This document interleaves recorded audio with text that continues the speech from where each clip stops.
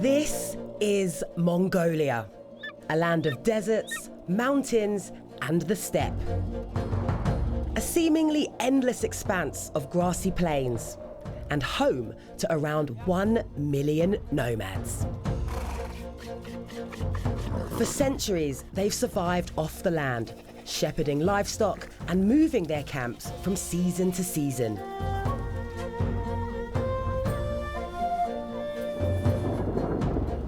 It's an unforgiving environment. Today, many are struggling, and I want to experience for myself what it's like.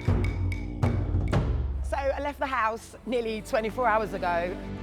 My body clock is very, very confused, but I've arrived in Mongolia. My name's Lucy Hedges. I travel a lot and work on the move, a self-confessed digital nomad, and I love it. But I've left my laptop behind to find out more about the traditional nomads, following a lifestyle that's been passed down for generations. Beginning with those living in the capital, Ulaanbaatar. I'll let rip at a throat singing lesson. Tour a unique tented suburb. This is unlike anything I've seen before. And cringe my way through some market bartering. His face says it all. So join me on my epic adventure from the city to the steppe.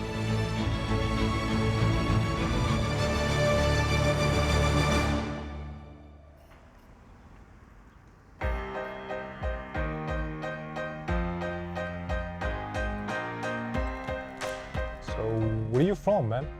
I am from London. Oh, wow, and London. This is my first time in Mongolia. It's very exciting. So beautiful country, so beautiful city, young people. You know. That's what I'm seeing so far. I'm starting my journey in the capital, Ulaanbaatar, or UB for short. It's home to around 1.6 million people, almost half of Mongolia's entire population. God, I thought the traffic in London was bad. There's a lot of traffic here. Yeah, traffic is a problem in Mongolia.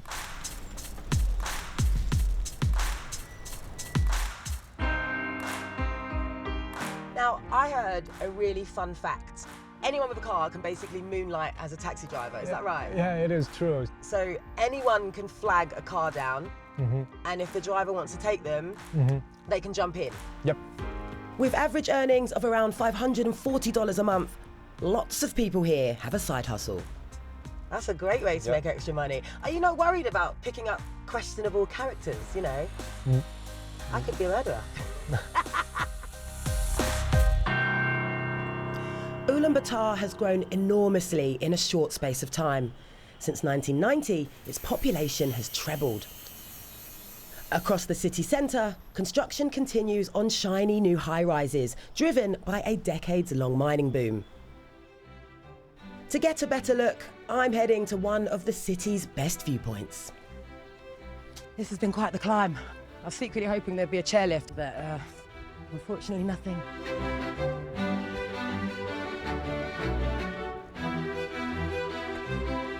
I'll tell you what, as far as views go, this one's not bad. 2024 marks a special anniversary for UB, a full century since it changed forever. Come on, you can do it, it's easy. To find out more, I've arranged to meet a local expert. Hey. Hello. It's great to meet you. Good to meet you. A little bit out of breath, but yeah, it's okay. Good to meet you nonetheless. Rich Beale fell in love with this city while travelling. He moved here back in 2018. So, paint me a picture, Rich. What would this place have looked like 100 years ago? Because I imagine very, very different. Yeah, massively different. It would have been a tented city. Yeah. Dirt streets, horses, carts in some places, and nowhere near as big. So, what changed 100 years ago? In short, the Soviets. Mongolia was the first country outside of Russia to turn communist. And 100 years ago, in 1924, the Soviets gave this city its name, Ulaanbaatar, meaning Red Hero. This is Sukbator Square. It's the heart of the city, well, it's a good place to meet. So you can still see a lot of Soviet influence here. Yeah, the pre-1920s, there's very few buildings or permanent structures here, and the Soviets have brought those in. And of course, then you have the factories around the outside, and that really did draw a lot of people in, not just nomads. You needed a workforce to get this country started in its own way. Yeah, It must have been a real culture shock for some of the people moving into the city. it was, yeah. The Soviets cracked down on nomadic life by confiscating herders' livestock. Now that Mongolia's a democracy, many communist statues have been replaced by tributes to their national hero, Genghis Khan. But Rich wants to show me one spectacular example that survived.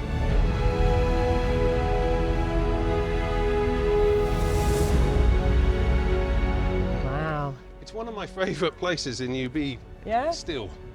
Yeah, I really like it. This is pretty special. And with the view as well behind.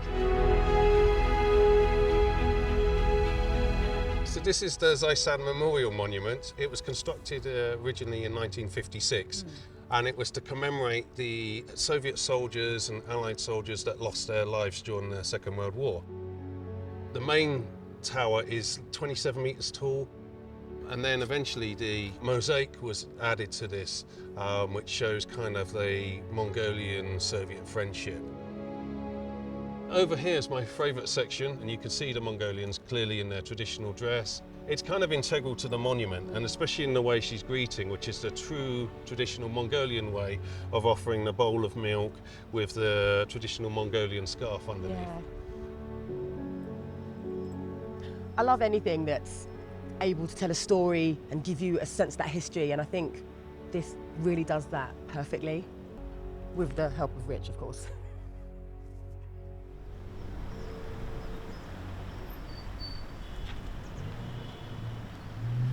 So walking around, it's a real mix of the old and the new, so old Soviet buildings and new skyscrapers. But even in this bustling metropolis, there are places where you can step back in time and experience Mongolia's nomadic past. I've come to the Theatre Museum to meet Ganzarig.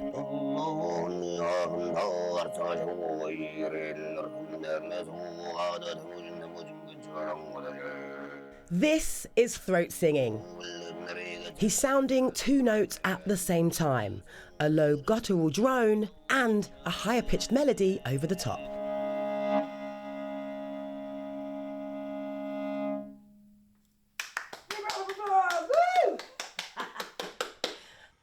Well, first of all, thank you for that amazing, incredible performance. Tell me a bit about yourself and how you got started.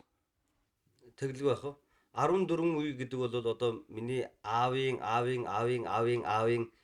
тэр хүмүүс бүгд яг адилхан одоо миний өвсөн өвийг үр хөвгтүүддээ зааж сургаж дамжуулж хадгалуулж явсаар өнөөдөр над ирж байгаа нь өөрөө маш том хариуцлага. Энийг цаашид алдахгүй тулд дараагийнхаа үеүүдэд шавнарт зааж сургаж өгөх миний үүрэл болж байгаа юм л да. He's a member of a rock group called Altai, updating this ancient art for a new audience.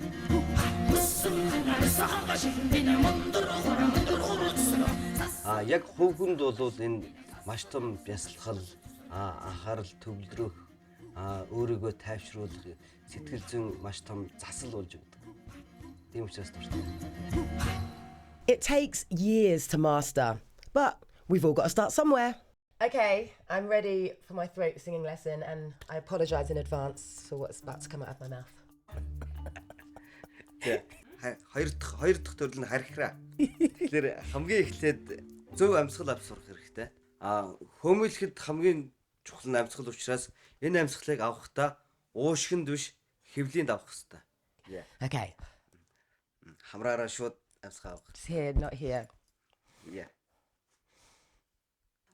Хэвлээ рүүгээ амьсгал авдаг шалтгаан нь бол хэвлийнд авсан амьсгалыг уушгаар дамжуулж дээшээ шахаж гаргаснаар одоо хөөмөний дууралт үүсдэг гэсэн үг.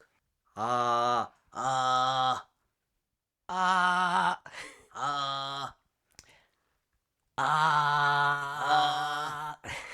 Ah. Ah.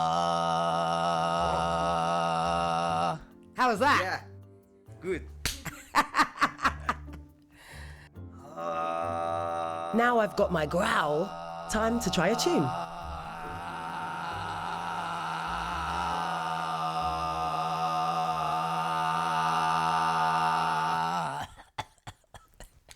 Одоо сая хархраа дээр бол амны харьцаг 3 төрөлтэй байдаг. Oh, I can see you doing that kind of small, Эхнийх нь medium, then ah. Yeah. Хоёр дахь нь оо. Гурав дахь нь оо. Oh. Oo. Рулангийн ээлжичгийг дараалуулаад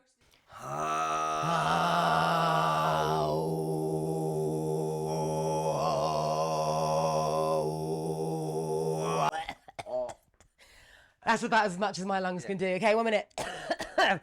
How do you think I did? Good? Yeah. Or get out. But outside of the museum, Mongolian tradition continues to transform this city. Hundreds of thousands of nomads have moved here in search of better opportunities and an easier way of life. And most of them end up in UB's sprawling outskirts. I can just see lots of colourful rooftops and what looks like a lot of character. And it goes on for miles and miles. This is the Ger District, a vast patchwork of small buildings and traditional tents. It's estimated to be home to 900,000 people, more than half of UB's population.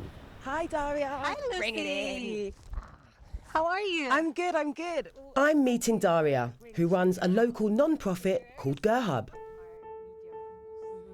So Ger is a felt and a wooden form of dwelling that's perfect for a nomadic lifestyle to pack up and go. Yes. But we carried on that form of dwelling into our urban areas. And so I can you'll see. not see these kind of settlements anywhere else in the world.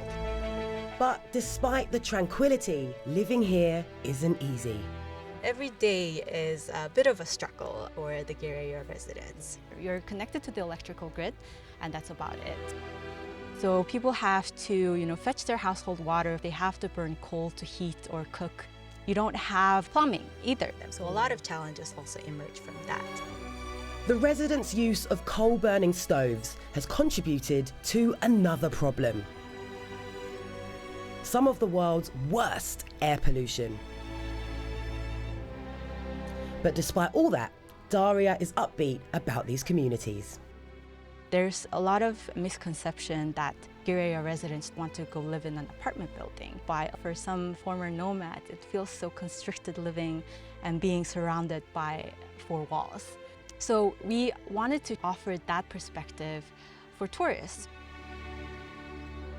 Daria's non-profit began running community tours in 2022. Sanbano! Davka and her father Sambu have lived on this plot of land for the past 30 years. Okay, so what's the correct etiquette before I enter? So when you're entering in, make sure you step in with your right foot first. Okay. And be careful not to bump your head on the doorframe, because if you do so, you're going to be bringing in bad luck to the Ger. And I've got very high hair, so I've got to be very careful. Yes.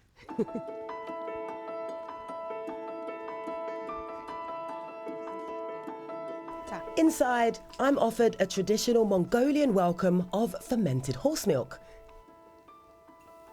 Thank you. And some sweets.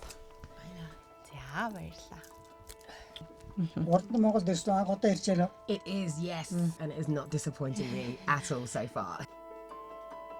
Both father and daughter make a living, in part, by selling traditional Mongolian arts and crafts. Davka's Ger is decorated with her paper cuttings, while Sambu creates games and souvenirs. Wow.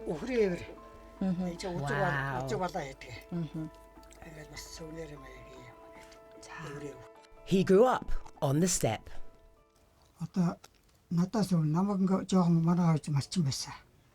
Би хөдөөнөөс 1981 он цэгт яваад тэгээд цэрээс халагтлаа хотын юм болсон. Тэгээд 81 оноос хотод амьдарч байна да. Баяр бүдгийн сонирхдаг байхгүй. Тэгээд гэр оролцож байгаа шүү дээ. Хашаандаа ингээд дуртай юм хийгээл явж байгаа. As for Davka, she offers tourists the chance to try their own paper cuttings. We're making a hole. Тэгэлгүй ах уу Монгол хүн юм чинь одоо Монгол өв соёлоо тэгээд магадгүй нөгөө өөрхөн бүтээлээр ингээд одоо гадны хүмүүст ингээд Монгол гэрт амьдрах, Монгол мал аж ахуй гэдэг ингээд Монгол соёлоо түгэж ингэж байгаадаа баяртай байдаг. Okay, let's compare the two now. Харьцуулж харъя. I mean, you can't even tell which one's mine and which one's Darka's, right? The money raised from these tours is then reinvested into cleaner energy initiatives and other community projects. So we're at the Ger Innovation Hub, and this is a community space located in the heart of this neighborhood. Yeah. And tonight we're hosting a game night, and cool. I hear words on the street is that it's gonna turn into a dance party soon. All right, sounds like my kind of vibe. So, as you can see here, we've got some people playing cards. I'm not sure what's going on here. I'd like to think it's a drinking game. Sambano! Hi! So we mainly use this space for all sorts of different events, but whether it be like hands-on workshops or it be seminars and talks, or just, you know, having fun and partying like tonight.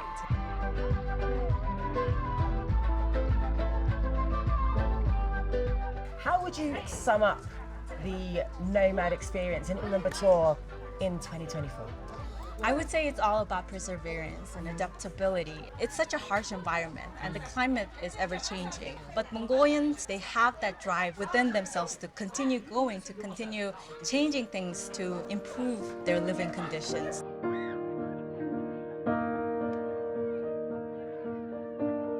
That was brilliant. I love the fact that everyone's just come together, all in the name of fun. It's a beautiful evening. If this is what being a 21st century nomad is all about, then mate, sign me up. But here in the city, I know I'm not getting the full nomadic experience. The real challenge will be trying to survive in the steppe. First though, I'll need some supplies. So I've enlisted the help of my translator, Uchka. So Uchka, I'm ready to get my shop on. So talk me through where we are. So we are outside of the outdoor market, yeah, and then you can find everything in here. Everything? Yes. With hundreds of stalls, the Naran Tuul market is the size of 9 football pitches. Well, I've got my list. Maybe I'll see you back here in about... Half an hour? Let's say an hour. Okay, good. All right? Yeah. I'm ready. Let's Okay. go. Go. I have 3 items on my list. A traditional Mongolian outfit called a deal, riding boots, and gifts for the family I'm staying with. And I'm sticking to a budget of 400,000 tugrik, which is about £90. I'm looking for boots for horses, riding. Yeah. She said this way. Horse, yes, horse, yes. Yes! 350,000. That's pretty much nearly all my budget. I'm faced with a choice. Dosho, stay and haggle, or run away. Baila. The haggling thing for me, it's the awkwardness. When they're like, no, no, and I'm like, please lower. And in the end, I just give in and say, do you know what? I'll pay the full price. I've just got to toughen up, really. Headway? 200. 200. That's half my budget. That's not good. Dosho? Yes, bring out the phone. I'm going in. I'm going in for some haggling. Yes? Ah. I went in for 130,000 and we've got a result. Thank you very much. Thank you very much. Yeah. Right. Next up is the deal.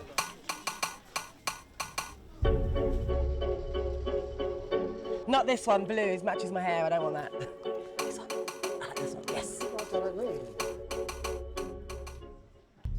Right, let's negotiate a price before I try this on. 280,000, that's pretty spenny.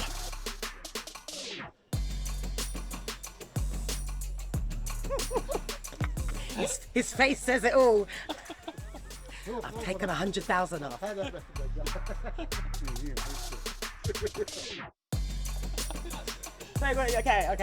200,000. How do I look?